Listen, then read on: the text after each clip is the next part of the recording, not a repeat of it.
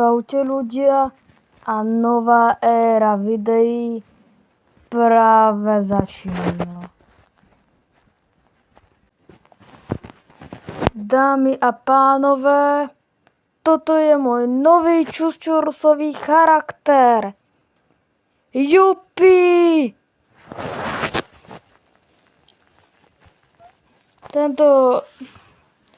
Táto animovaná postavička alebo vznikla z toho dôvodu, že animovaná postavička, čo som používal predtým, no tak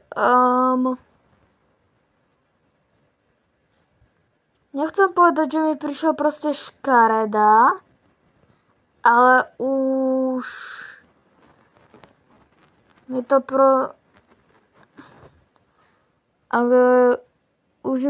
proste prišlo, že to vôbec nesedí ako keby k mojej farbe, proste nie farbe, ale k môjmu štýlu natáčania videí a kontentu. Preto som vytvoril túto, ktorá za mňa sa viac prikláňa k tomu môjmu kontentu. Takže dajte pápa blondáčkovi s černým kloboučkem. Je tu blondáček s fialovým C-čkom na hrudi. No, jak super hrdina to vyznelo.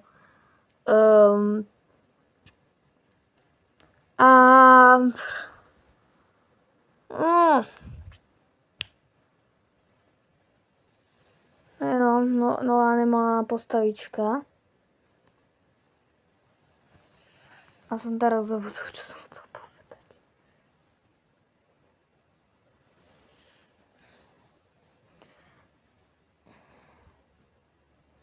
Ináč, ak neviete, dobre, už viem, čo chcem povedať.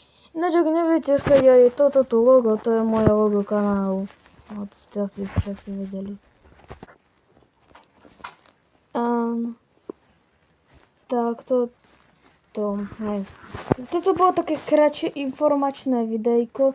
Ja dúfam, že sa vám páčilo. A dajte mi prosím vedieť, čo si myslíte o mojej animovanej postavičke. Takže čus, boss, kaktus.